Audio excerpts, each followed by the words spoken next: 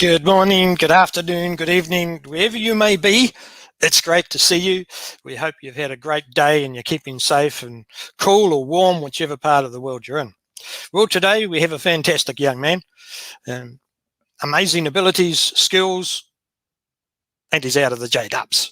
He's no longer in there. So let's bring in our guests and hello, Jared. Hey, how's it going, Shane? Good, bud. You having a great day so far? Yeah, it's hot. It's in Toronto. I'm in Toronto, Canada. It's really hot. It's 8 p.m. here. So 8 p.m. What's the temperature been?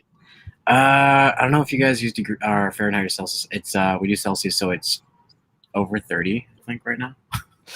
Yeah. Yep, we do Celsius here in New Zealand, but it's not 30. Today's actually quite warm. It's about 11 or 12. Oh, is that work for you guys? Okay. I don't know anything about the climate in New Zealand at all, so. Yeah, we've had a bit of a cold snap, both Australia and New Zealand, and we're looking forward to getting a bit of warmth. Yeah. Get out of the polar blast from down the Antarctica. So, yeah. Alrighty, so it's great to have you on. Thank you for joining us and letting us be part of your day today. So, tell us, how did you get into the JDubs? How did I get in? I didn't have a choice. I was born into it. So, yeah, I was born into it with my two other siblings. So that's kind of how I got in. My parents, they met in Canada. My dad's from Brazil. My mom is from Trinidad. And they met in the organization when they both were in Canada and had offspring. Yep. And there you are. So what were some of the things that, as you were growing up as a JDub, you obviously got baptized or? No, I never got baptized. I had this, I mean, there was a lot of pressure, I think, at that age, kids 14, maybe that, I think from 12 to like 16, it's that pressure to get baptized. Yep. And I never could do it. Everybody around me was doing it. I just had this feeling, a gut feeling inside me telling me not to do it. And I didn't know what it was. And I just refrained from it as much. And I also grew up having arthritis. So I was diagnosed at 9 years old. I had juvenile rheumatoid arthritis, and it was pretty bad. So a lot of the reasoning behind things I wasn't doing was kind of I relied on that. So being the sick kid, it was kind of gave me a break a bit. So they're like, oh, he's just sick, so he can't go in service. Oh, he's sick, he's not being baptized because he's sick. So they felt sorry for me, which was kind of like good in a way. But there's a lot of other stuff I was hiding about myself. So. Yep. Well, that's all right. You can be your true self now, so that's the main thing. So, looking back over the time, you said that there was something not quite right. You were thinking. Can you explain what that was? I mean, there was a lot of things that I had questions about the doctrine. Growing up, even as a kid, I used to question things like. This is the most simple way I can put it. But as a kid, I would be like, well, why would God just not start over if Adam and Eve fucked up? If they sinned, why wouldn't he just start fresh? And why would he make us go through all this suffering? And then, those kind of questions would be dismissed or swept under the rug. And they would be like, oh, don't ask those questions. Only apostates ask those kind of questions, just stupid answers to shut you up. And I just kind of like kept a lot to myself, but I had all this internal dialogue that, I was constantly asking these questions for. And my mom and dad tried to get several young brothers to study with me. And, it was just the same thing after the other. Like, I just would always kind of have this like question they would be like, well, you should just accept it and not be asking those things. So I was very inquisitive as a kid, and there was always something that was a bit off to me, but having the whole family in it and like being devout, it was something I could never express. Yeah. So do you have much to do with them now? No, they don't talk to me at all. And there's like many reasons around that. So I always had a feeling, I guess at 12 years old is when I discovered I was gay. So that was something that was also kind of just another layer to everything else that I had to deal with growing up. And I had to hide that for a long time. I think the idea of me being gay, I think for a lot of like ex-Jehovah's Witnesses or even Jehovah's Witnesses, sorry about the noise, I'm outside. is they kind of repress that in hopes that like the paradise will come and change that up for them, like their mentality will change. And like I had that idea that, okay, if this is real, I don't have to worry about this. I can keep repressing this until the day comes where I don't have to worry about thinking like this or feeling this way, or Mm. And I guess the older I got, the more that seemed like less of a possibility. And I just got more and more depressed. I couldn't express myself sexually. Kids in general in that organization can't express themselves sexually because they're not supposed to until they're married. That's right. So they don't know what they wanted of life in terms of sexuality. So a lot of them deal with the same things, and like being someone who's gay is like the ultimate sin. So I knew everything I was, and sitting in there, I think it hits differently when you are a gay kid, or just like the triggering things a brother would say on the platform. Something like that's all I would take out from the talks in the meeting. It would just like stab me in the heart when as soon as they'd say like, and the homosexuals will die or they'll be perished forever. It was just like, as like a really young kid, hearing that kind of information and feeling these ways that you can't control and try to stop. I remember just like leaving the meetings every time as the prayer came on, I would dip out as fast as I could.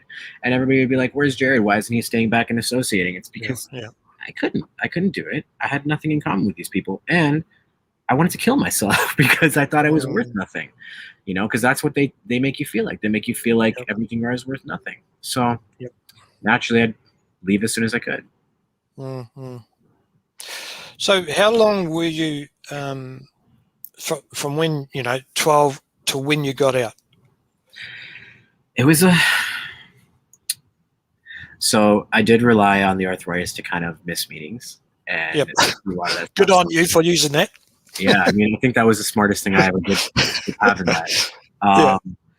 But it was a process. So I would go to conventions because those were the big things you had to go to, or memorials. If you missed a memorial, you were done. So I made sure to attend those kind of things, but meetings I would know I'd miss out, and I would like literally. I was such a like dramatic person. I was just like literally whip myself down the stairs and be like, "Oh, my wrist or my knee or whatever," and just like, "I can't go tonight. I'm sorry," and it was it became very habitual, and they kind of just started like. They couldn't say anything to me though, because I was really sick. So I just kind of like utilized that a bit. But then sometimes my mom would stay home with me and we have to listen on the phone. I'd be like, oh my God, fuck this. I can't even jerk off now because I have to sit on the phone with my mom and listen to this shitty meeting. So I would literally just, that's kind of the time frame that happened in. It was, I think when I entered high school, I started this is probably 16, 17 years old. I started kind of just like leaving that mentality a bit, still believing in it, of course, because it has this like powerful hold on you, but not really wanting anything to do with those people because I had my first taste of worldly people, and worldly people were cool. And they had, they had all these different things that I was used to. I started smoking weed. I started smoking cigarettes. I drank for the first time. I started doing things like that, and it was just kind of like, the Witness kids were doing their own version of that. It just wasn't for me. And mind you, I've been to some Witness parties and they go all out. These kids are just like to get out of their skin, to literally get wasted, or they do, secretly. And it never appealed to me. It's such a small bubble of people that you can only connect with so many, and you're just kind of forced to be grouped together as friends. Like sometimes you don't have anything in common with these people. So naturally, as a creative as well, because like I was also an artist, and I had to also repress that part of myself because there's things I wanted to create which weren't in line with the doctrine. So if I was an artist, why don't you paint the paradise? Why don't you do, And when I did, oh my God, I had this world religions class in high school. Yep. And we had to create a board game. And I made a Jehovah's Witness board game. And like, I know, so I was really young, but like my parents were so proud of it. And the witnesses were so excited. But they'd have people over. I know this is embarrassing, but they had people over and they'd play the game and I'd just be like, oh, what did I fucking do? And so like their version of creativity as an artist is like for anybody, if you're pursuing music, if you're pursuing visuals, whatever it is, you can only go so far. And that's not really what an artist is, right? An artist is supposed to be able to have no boundaries and really express themselves. So that was just another difficult thing for me not to be able to do. I don't know if I was like, if I went on a tangent there or what happened, but the question was what exactly again? So when was the last time you went to a meeting? Jeez. Well, whether it be on the phone with your mum or whether you actually walked into a building. Wow. I don't know. It's probably, so I'm 30, I'm going to be 34 this year. Yep. It was probably when I was like 24, maybe 10 years ago. 10 years ago, right. Yeah. Maybe 25. Yeah, it's been a while. I was just thinking about what you said before about these parties. Obviously, I never went to the right parties. I mean, I wouldn't call them right parties either. Don't get it twisted. They were still pretty lame, but like these kids, like I think because they're so repressed and they're just trying to like have a taste of what's out there. They literally throw these house parties and then they get completely smashed, wasted, or they indulge in other things secretly, and then they go to the meetings the next day and keep their mouths shut. And you could see them hungover, like not giving comments or whatever. It's like it's so sad. It's so sad to me that they have to live this life, and like their conversations are just so. There's no substance to them because they don't really educate themselves on things like politics or anything like that, or anything creatively. Like some of them you can have a discussion with, but it's very like convoluted, or there's nothing really going on there that's interesting. I'm not saying all of them aren't. I'm just saying I just remember that being the case. Yep. You know? Yeah. Okay. So yeah, last time into a Kingdom Hall, give or take 10 years. Sure. Say that. So what's your life like since not associating with the JDubs? So there was always this pull until I was. When I was 27, no, I'm lying. When I was 29, I moved to the Cayman Islands away from Toronto. I was offered a job opportunity and I moved there for 2 years. Nice. Yeah, it was also like there was nothing really going on. I was working here, but I wasn't really doing anything, and I was depressed about being gay and I couldn't be out and all that stuff. So I needed an escape, and that was my excuse to get away from everybody. And I did. I also moved to an island which is not so liberal, and it is very conservative. So there was like I still couldn't really be out, but I made friends there, and I was out to them, like all the other expats who were from all over the world. It was really cool, and I met some really great people. Still my friends today, and that's when I kind of like matured and at 29 years old, not even that long ago, and kind of came into my own skin and just like was able to kind of start expressing myself as who I was. And I'm still trying to find my voice as an artist, but like that's where it kind of started. That's where this whole, I guess we'll get into it in a bit, but like that whole cyborg element, that's where it kind of started to draw a story from, because it kind of really started to make sense to me. Cool. It still does. Yeah. That's great. Yeah. So up to this time, you know, when you got to 29 to say where you are now, nearly 34, so 5 years, you regret anything about not having anything to do with the JDubs? No. I think so. What happened was I came back the first year for Christmas break because everybody gets it off, and it's when people go see their families, and that's naturally what we did anyway. Yeah. And my intent was, so let me just back up 1 month prior to that. Okay. So I actually went to Miami because I was seeing someone very briefly who I just met who'd visited the Cayman Islands. I ended up staying with them and ended up turning into a drug-fueled, like junkie kind of vibe. And I had no idea I was walking into that. Through all that, I tried to kill myself, and just it was just a whirlwind of emotions. And it was also my birthday. So it was me, like my monumental 30th birthday. And I thought to myself, like, what am I doing here? I don't know these people, you know? And I was thinking a lot about my family. If I came out to them, what would happen? And they would abandon me. And that thought was just killing me. And it's like, what's the point? So I tried to jump out of a 7th floor of a building, and I was stopped. But it was just a kick in the butt, and it made me realize like when I go back for Christmas in December, I have to tell them because I can't hold this anymore. It was gonna kill me. And that wasn't the first time I thought about suicide. I think it's a very common thread for people who are holding in shit.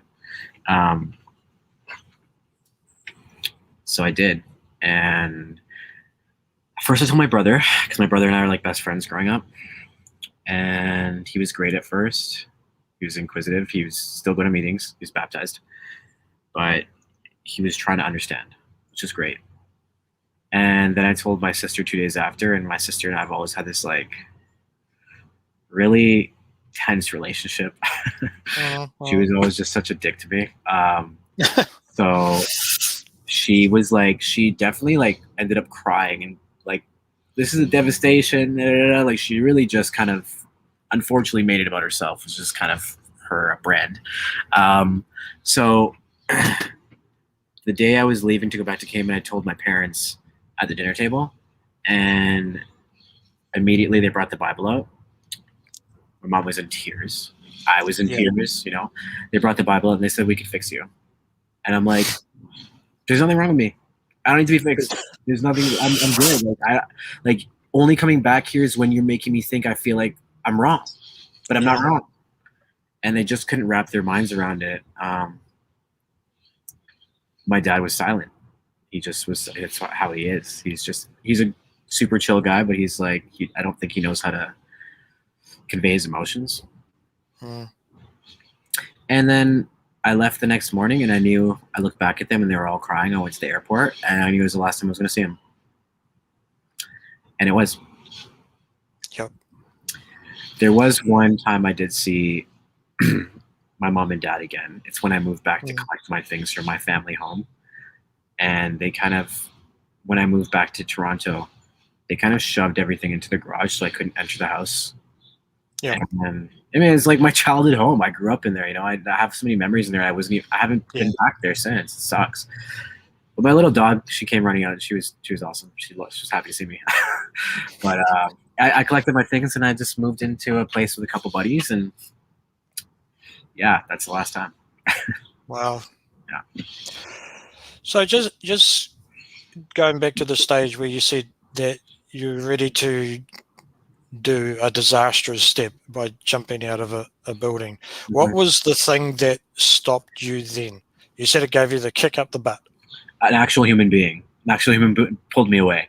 The human being that I went to stay with, that was actually a scumbag anyway, but you know, they did something right, which is great. Yeah, that was the physical. I was just like, I had like a literal, I've never had this before in my life, but I had a panic attack. Like I was breathing heavy and I was crying and bursting. I just wanted to like jump out of this window so badly. And I was leaning and about to do it. And they just grabbed me and pulled me back. And yeah, that was like a crazy experience because I never had that kind of like emotion take over my entire body. I didn't know what it felt like before. So that was like very new for me. And it allowed me to kind of do things I ordinarily wouldn't have, you know? Yeah. Also, I was on a bunch of other things too to combine with all the things I was going through. Yeah. Well, we're glad that he held you back. Yeah. Wherever he is. I know a lot of people do struggle with those sorts of thoughts. What helped you from that point on? Was there a therapist, a group of individuals who helped control the negative way you were thinking at that time? The Bible, of course. No. Of course. No, it was a group of, I had a great group of friends in Toronto too. So I actually came back to reconnect with my friends who I had slowly been coming out to as well. And they were incredible. Like I lived with two of my best friends. Well, one of them moved out now, but like I moved in with two of my best friends who were super supportive. You know, I got into psychedelics. Psychedelics I thought were pretty therapeutic, like mushrooms and the other stuff. But it was just like a good group. Everything they tell you about worldly people is wrong. You know, of course it's wrong. We know it's wrong, but it was just such like a surprise to kind of finally experience that. And them telling me, oh, worldly people are going to chew you up and spit you out. And that's exactly what they ended up doing. You know, they abandoned me at my worst moment. And the people who were there to pick up the pieces and help me were the people who they said wouldn't. So it was just like instantly just an eye opener for me. I am seeing a therapist now, but this is like just in the beginning of this year. But it's been helping. It's been very, very helpful, actually. Right. So just thinking back from when that first happened, that guy held you back. Now that you've gone through everything, if somebody was going through a similar situation as to what you've been through, what could you encourage them to do? I think I've been kind of trying to do that. I, I don't know if there's really any words to kind of tell anybody that, it's going to be okay, because they really have to experience it themselves. I just wish it's the problem with it is that entire community is the support system they're supposed to lean on, and they don't know any way out of it. So I wish I could infiltrate it and be like, you're wrong. These people are fine. You're fine the way you are. I wish someone was there to tell me that before. But, you can't seek out that information when you're in that organization. You can't, because it's deemed to be from a satanic world. And it's hard. If I could give any words of encouragement, it's funny. I was just talking to my therapist about this today. About it's like, I think I'm doing a lot of the art for my younger self. Okay. Because I'm trying to tell my younger self that everything you were taught was a lie, and that it's okay and it's going to be okay. And yeah, that's kind of simply the way I'd put it right now. That's fine. Mm-hmm. Okay, so you've got into art. How long have you been doing the art? I know you were doing it and you made a JDub game. We're not going to count that as art, even though... So the art that your true self has started to do, and you're using it to not only, enlarge your skills, but also heal yourself. When did that start, the art side of things, in earnest? Yeah, I mean, you're talking about when I really started. Yeah. I've been creating since I was a kid. I had all these hidden sketchbooks that my parents didn't know about. I had a lot of drawings that they didn't know about. Yeah.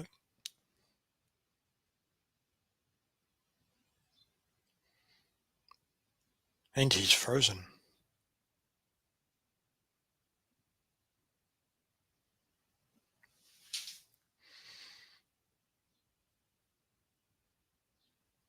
We shall just wait a minute.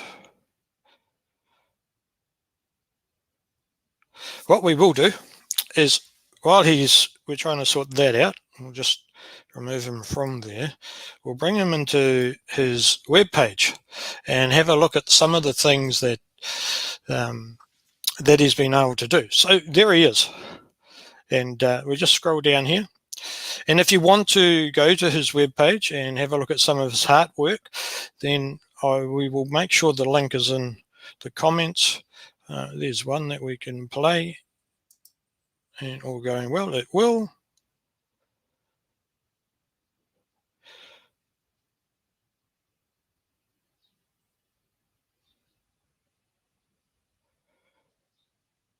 So that's a very quick time lapse of the sorts of things that Jared does. So that's good. I'll just click out of there. We'll scroll down. We'll look at some of these other things he's done. The different illustrations. We can certainly see the robot sort of look. We'll ask hopefully he'll come back and we'll ask him about the robot sort of thing shortly. And that gives us an idea of the sorts of things that he does. Some of the fascinating things that I've seen, and I'll just go back one, is he does digital stuff. This sort of here, paintings and murals. I'll hopefully get into there. Anyway, some of the things he's done. Very clever man is Jared. And he also does this sort of thing on buildings and inside buildings.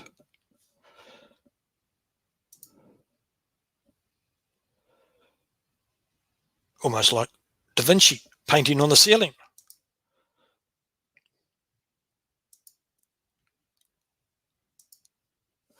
Let's see if Jared's come back. Here he is. You're back, Jared. I've been watching you talk about me. Oh, Just creeping in the back of my place and let me back in.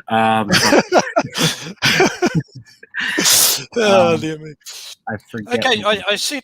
I don't know where we got up to, but I mean, you mentioned when we first started talking. I asked you about robots. Jared's Robots is your webpage. Where did you come up with that name?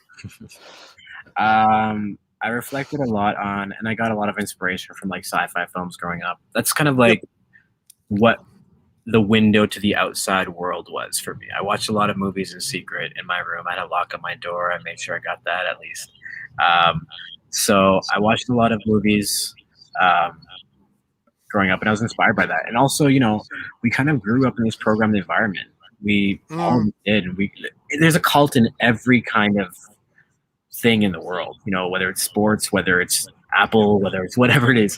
The Jehovah's Witnesses are a cult. So what I'm trying to replicate is kind of that environment of being programmed and just trying to put it into this fantasy world that, you know, what I'm trying to do is deprogram everything. I'm trying to deprogram our mentalities. And when you look at what I create, you can kind of understand what the message is by just, I think that kind of makes sense. I don't know if I'm wording it right. Well, that's what you feel. So, you know. Yeah. Okay. So now going back to your art, you mentioned that it was a bit of a healing for you and continues to be able to go back to the boy that you were, but weren't allowed to express yourself. Yeah. Like I think where we cut off before was when I was drawing, I knew I had the technical ability to do it. I just didn't know what to do with that. I didn't know my voice for what I was trying to create. And I'm still figuring that out, but I think it was a lot harder then because it was just, okay, yeah, I can draw. I know what to do with anatomy. I know what to do with certain things, but so what? And I think it only came into play a couple of years ago, like 2 years ago, where I started to kind of understand what the story I was trying to tell was. And now the story is kind of all over the place because I'm trying to like dip into so many different styles. I'm trying to do some abstract. I do a lot of digital work. I'm trying to get into some 3D as well. I think the lack of having nothing like that growing up makes me want like an excess of it. I just want to touch everything and do everything with it that I can. And I think we can reflect on a lot of the time lost that we had in that organization. So we missed out a big chunk of our lives. And I think in a way, I'm just trying to make up for everything I lost, and I'm trying to do it all at once. And sometimes it's not like the healthiest way to do it, but I can't help it. Sometimes I feel like I'm already at this state in my life, and I want to be somewhere where I'm not. And you know, it's just playing catch up right now. But I'm really starting to just enjoy the process and enjoy life, and really just get pleasure out of what I'm doing and being free, and just this was the first year, and this is crazy too, because this is my epiphany this year, that I actually liked myself. That I actually like well done. Person that I like, yeah. And it was for pride, because I never really associated pride with anything that was good naturally. And I remember just like my parents and my family sneering when it came on TV on the news, like this time of the year.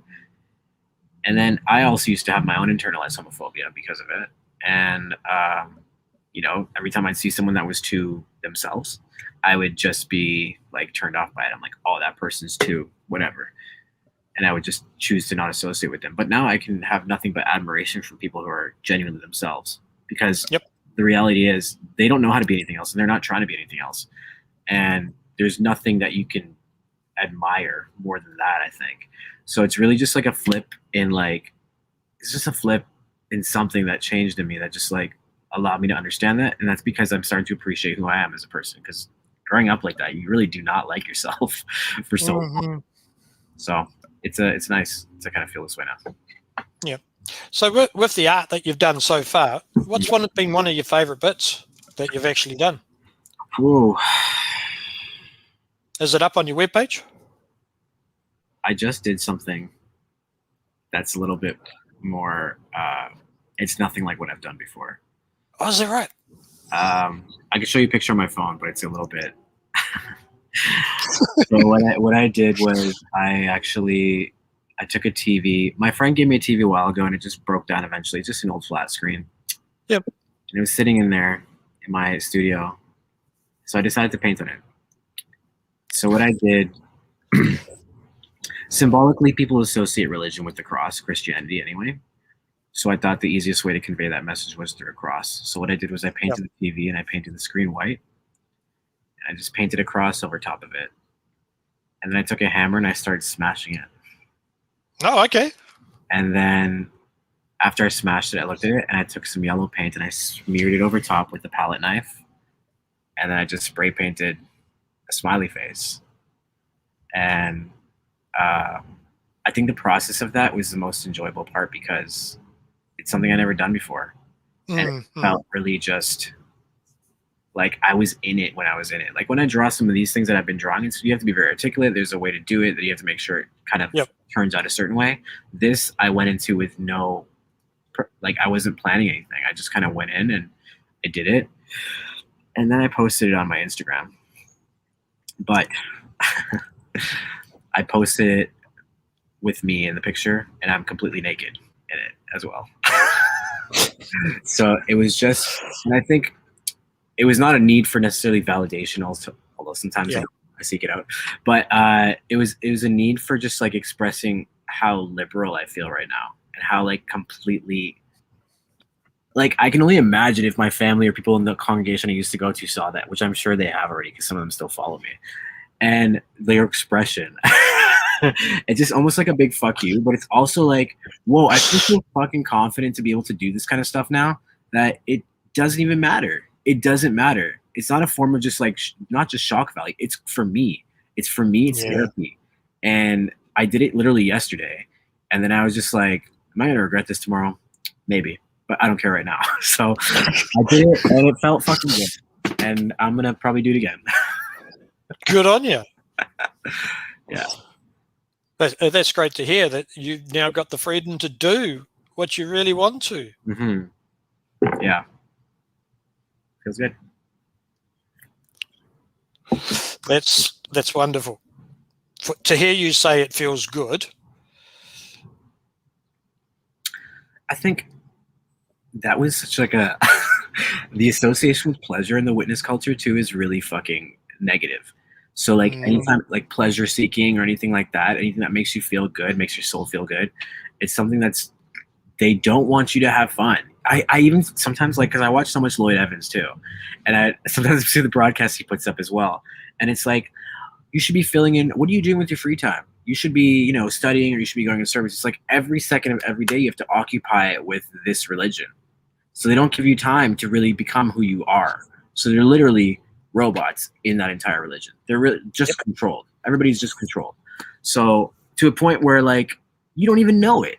You're so programmed to think that it's normal. And at a point, we both thought it was normal too.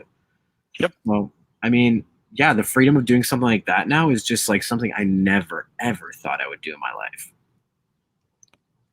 And there's more shit I'm probably going to do that I never thought I'd do or think I'm going to do. But, good on you. Yeah. We're not in that environment anymore. We don't have to, they've got no power over us. And it's great to see that that's not affecting you and you can do what you feel like you can do. Absolutely. So, yeah. So those are some of the things you do. Do you have any plans for the future? Oh, God. If you could have one dream that you knew you wouldn't fail in, that's been ticking away in your back of your memory, and you're going, what would it be? I have so many. I think I just want to be completely content with myself as a human being, and like literally be able to kind of help others see that they can have a life that's theirs. Yeah. But what I really want is to just be on a beach doing shrooms with my friends. So when are you going to do it? I do it all the time, but like I still just want to do that. That's my life. That's all I want to do. Well, that's great. You can take your art. You don't have to be in one place to do that. You could visit all the beaches around the world. Absolutely. Well, once COVID behaves itself. Yeah, exactly. Well, yeah, we're opening up this week, actually, a few things, so it's good. But yeah, I think my goal is just to continue pursuing this and seeing where it goes. Like, I know right now it's not plateauing and it's not doing this. It's definitely on some sort of incline. I just don't know what that looks like yet. And I think this is the thing. That religion has taught us to have this definitive future of what's going to happen. Yep. And I think I'm at more peace now, not knowing what's going to happen, than I ever was having this idea that this world's going to be destroyed. And I think that's what's guided me in this direction of not really just being very blissful about it, not necessarily being like chaotic but just having this direction that's kind of like a creative direction, but nothing so concrete. And I think that's a beautiful thing about life. I think it's just about like exploring and learning and not having to be put in this box anymore. And that's all I'm trying to achieve. And it makes you feel happy. That's all it does right now. Yeah. Yeah. What a wonderful thing to be able to say. Yeah. Yeah. Right. You know, it's crazy. Yeah, it's just so nice to be able to hear you say things like that. Mm-hmm. We just had a comment come in, well, several comments actually, saying well done for what you've been able to do. Thank you. And also the next one, and the question is, what you enjoy most? What do you enjoy most these days? I like listening to good music and cooking right now because that's all we could do for so long. I really like cooking. I like cooking. Yeah. What was the last thing you cooked? I literally just barbecued some sausages right before we jumped to this call and just made some eggs and sausage and some avocado. Pretty simple, but I didn't have time. Well, that's cool. Yeah. But yeah. The music? What sort of music do you like listening to? Oh, I love everything. I really love. I grew up with a lot of R&B and hip hop, and yep. I like electronic. I like class. Sometimes I listen to straight up Mozart. I'll go to the gym and just listen to Mozart, and I love it. Just a lot of world music, like anything but Kingdom melodies. Oh, I can understand that. Mm-hmm. I don't know how they sing the stuff that they've got now. I think it's all new stuff now that I kind of left before they changed it all completely, but I think it's completely new now, right? Yeah, I certainly couldn't sing to the bits I've heard. It's so interesting that they keep changing, and you know, it's interesting they keep changing their doctrine. They keep having new light, new songs, new broadcasts, and these horrible cartoons, Caleb and Sophia cartoons for these kids. It's anyway. I think it's hilarious now. I think it's funny, but I would love my family to get out of it, but you know, they'll do whatever they got to do when they have to do it. Yep. It's like a horse. You can lead it to water. You can show them everything, but until they drink or ask questions. Right. I also, didn't mention this before, but I did come out publicly on my Instagram, and that's when I started. That was like last year, and that's when I started to lose a lot. That's when everybody knew, because my parents initially told me, they asked me not to tell anybody. They were like, just don't tell anybody, because they're of course going to be embarrassed and it's going to go in the congregation and spread like wildfire. But I did it publicly because they had been lying to people, saying, because I moved back from Cayman and everybody's like, where's Jared? And they're like, oh, he moved back and he didn't tell anybody. But that's not the truth. I did tell you guys. You guys told me to tell anybody. You're making me look like an asshole now. So I decided to keep the record straight and go online and be like, listen, guys, this is what happened. And by the way, I'm gay. And that like put a huge wedge, even bigger wedge before than I had with my family. And then I started this little like my form of activism, speaking out a little bit more publicly about the witnesses and what they can do to people and how damaging they are.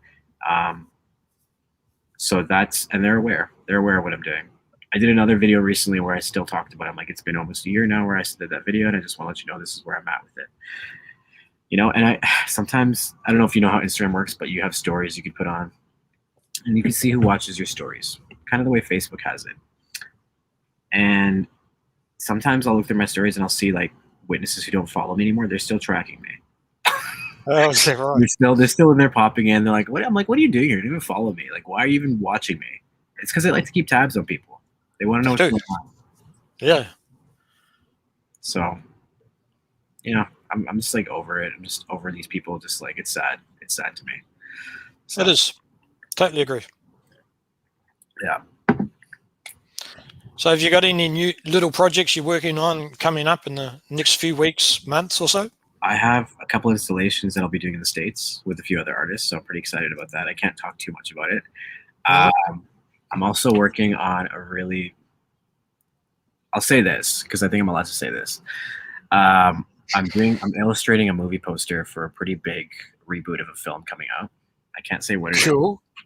is, but you will know it when you see it. Yep.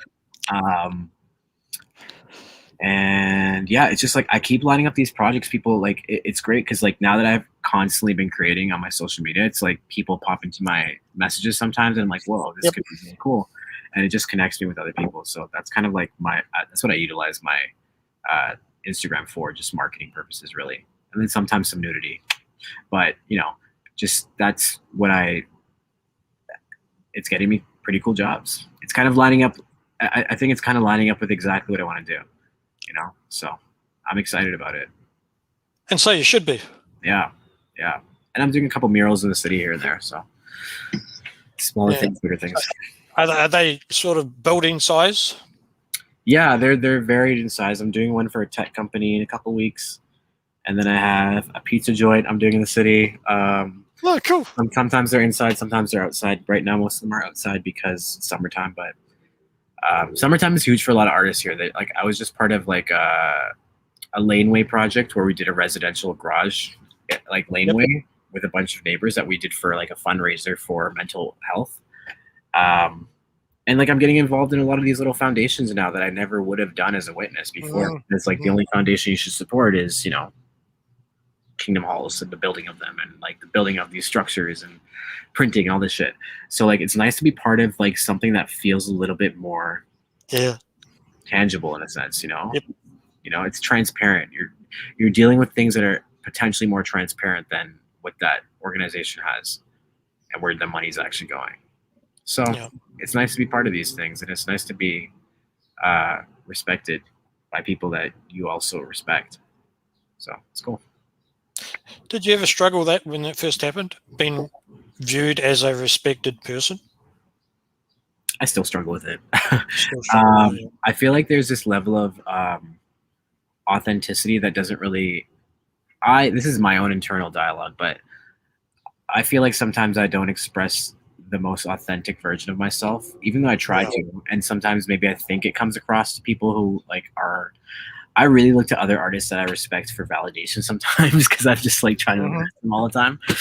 But I think I'm still finding my voice, and I'm experimenting a lot. And I think it's going to settle in one place at one point. But right now, it's just fun to kind of see what happens. And I think it's harder when you don't really have real respect growing up in that, do you? No. So I think, it's something that's definitely from the trauma. I'm trying to figure out where it's stemming from. But the respect is something I just kind of seek out sometimes, for sure.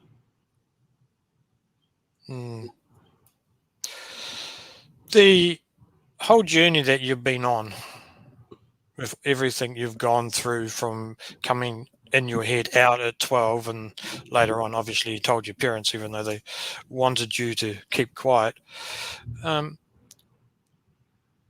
Looking back, would you have done that sooner?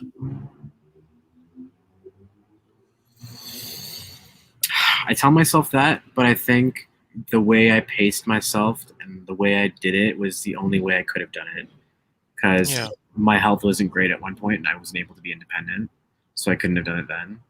I think everything happens for a reason at its own rate, and I'm starting, even though I like to pressure myself because I feel like I lost time, I do have to sit back and say to myself sometimes, this is all happening in the right time, because you can't control it.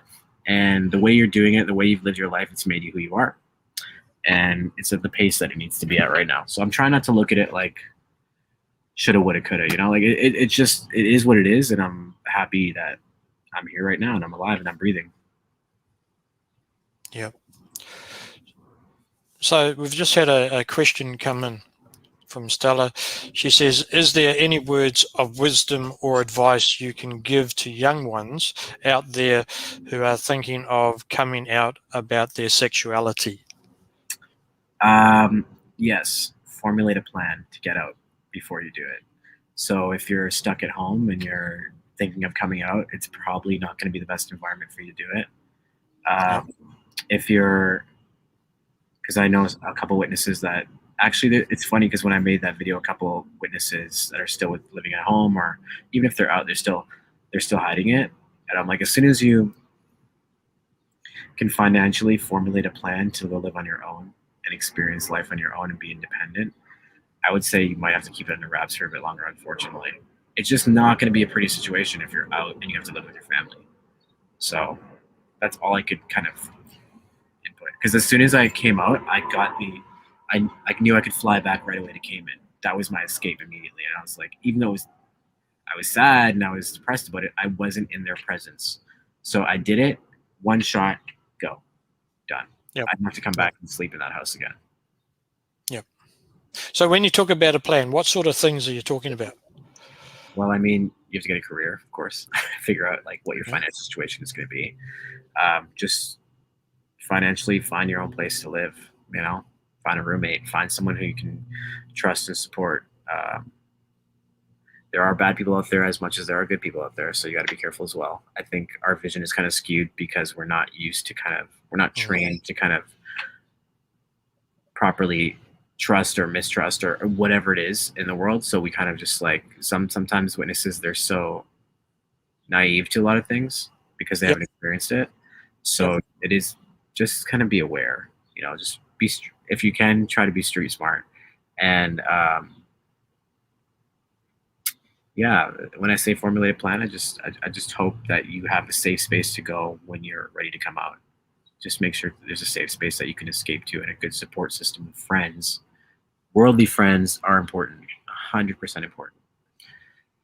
So make sure you start tallying them up because you're going to need them. Trust me, you will need them. Yeah, definitely. Totally agree with that. Yeah. The young ones, though, what if they're in a situation where they don't know what to do? Who could they turn to? I'd love to be the one to say turn to me.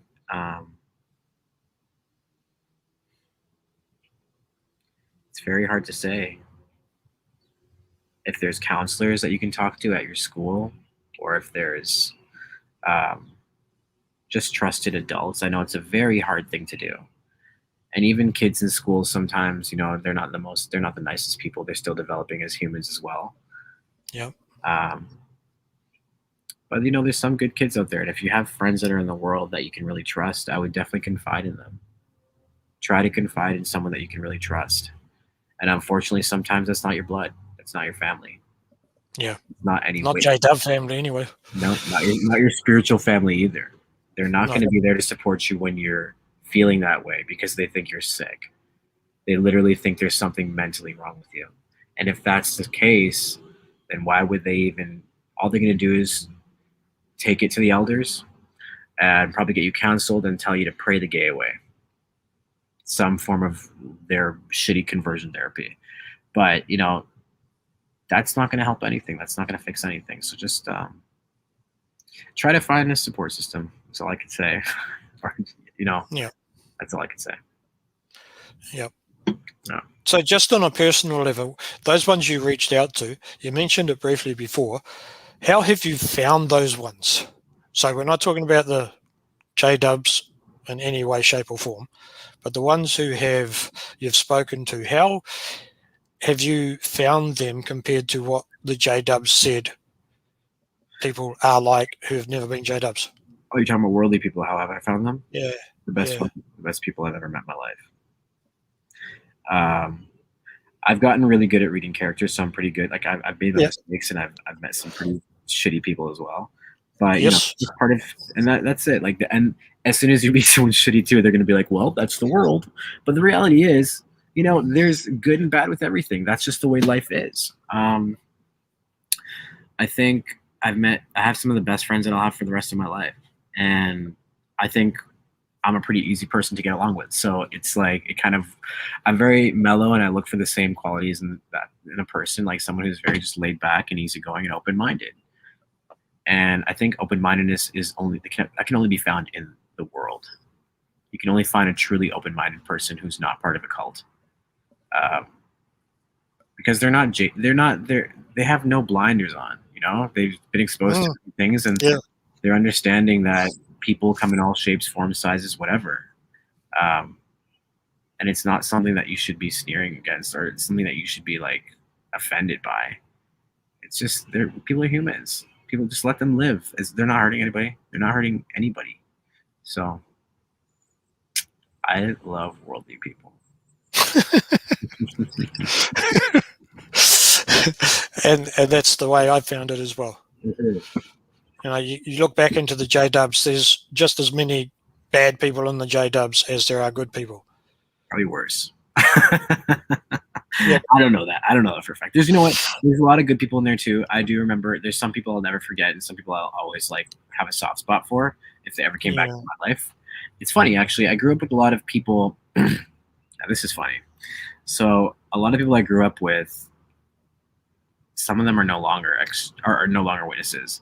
And when I made that video and came out, I had a lot of them hit me up in my messages, and they were like, "I totally agree with you."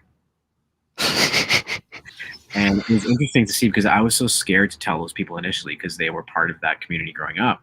And it's nice to see how much they've changed, or how much people can grow up and like understand that this is not necessarily the way of life, and people are just humans. And like, I thought they'd all be disgusted with me, to be honest. I thought that's what my perception was. I thought like these people would be like, "Oh my God, he's gay." Like, it's, like anything else but what they reacted like. And it was great. One of my friends came over here after, we weren't even that close at the time, but like, he came over the day I came out, and we just drank whiskey together and just talked shit about the religion and got drunk and just gave each other a hug and said we love each other. And then he went home, and that was nice. It was unexpected. It was nice. But there's definitely good people in there too, for sure. Yeah, there are. Well, I want to say thank you for being so open on our little live stream. Thank you for having me. Yeah, thank you for sharing some of the very sad and personal moments you've had to go through. That's life. We all have a different journey that we've got to go down. Mm-hmm. And for those ones who are watching the live stream, JDubs aren't open-minded. They are conditional in their love, in their feelings. We've just seen Jared go through all these things that he briefly mentioned, and I'm sure there's a lot more to his story. But look what he's been able to accomplish now. Look at the things that he's now doing. And one thing that stands out to me about you, Jared, is we're now seeing the real you. Thank you. That means a lot. It really does. And that speaks volumes. It takes a lot of hard work, as I'm sure you would agree. It does. It definitely does. And I think that's what we admire in like each other and like the people we meet in our lives, just authenticity. Yeah. Absolutely. I guess just one more question I'd like to ask with regards to the authenticity that you're now finding in yourself. Do you regret the hard work that you have put in to finding the real you? No, not at all. Not at all. It's all been worth it. Yeah. Well, just looking at that for a moment, what has been one of the biggest things that you've found that have helped you? Obviously, you mentioned about your art and different other things. Is there one more important or more memorable thing that you found really helped you?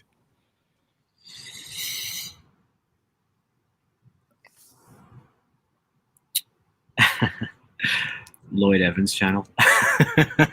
Cool. Yeah, I found it very eye-opening. It's tragic to kind of finally find out everything you grew up in was a lie, but it was very, very helpful for me, just relieving that mentality. Yeah. There's a comment for you there, Jared. Oh yeah. Thank you, Stella. Thank you so much. So once again, thank you for being here. Thank you for being so kind in your words, so real, because that's what we need to hear. Thank you, Shane. Thank you for having me. I really appreciate what you're doing. Yeah. We know that each one of us are going to have problems. We've gone through a lot. Our journey as former Jehovah's Witnesses doesn't stop now. We've got a real life ahead of us. So examples like we've done just with Jared and his robots today, that's a way to show us that it is possible to be able to get on with life and be happy, do the things that we were repressed in. So friends who have been watching the live stream, thank you for being here. Thank you for those ones who have been putting comments up. For those who want to follow along, please subscribe to the YouTube channel, or you can join the Life After group for more videos where we talk about different things like this and the stories of ones who've been able to get on with life and enjoy it and be happy. So thank you once again, Jared, for being here. Everybody on the live stream, thank you for being here. We hope you keep safe, keep cool, and until the next time we see you, we look forward to being able to catch up then. But thanks for being here, and we hope to see you again. For now, catch you later. Bye.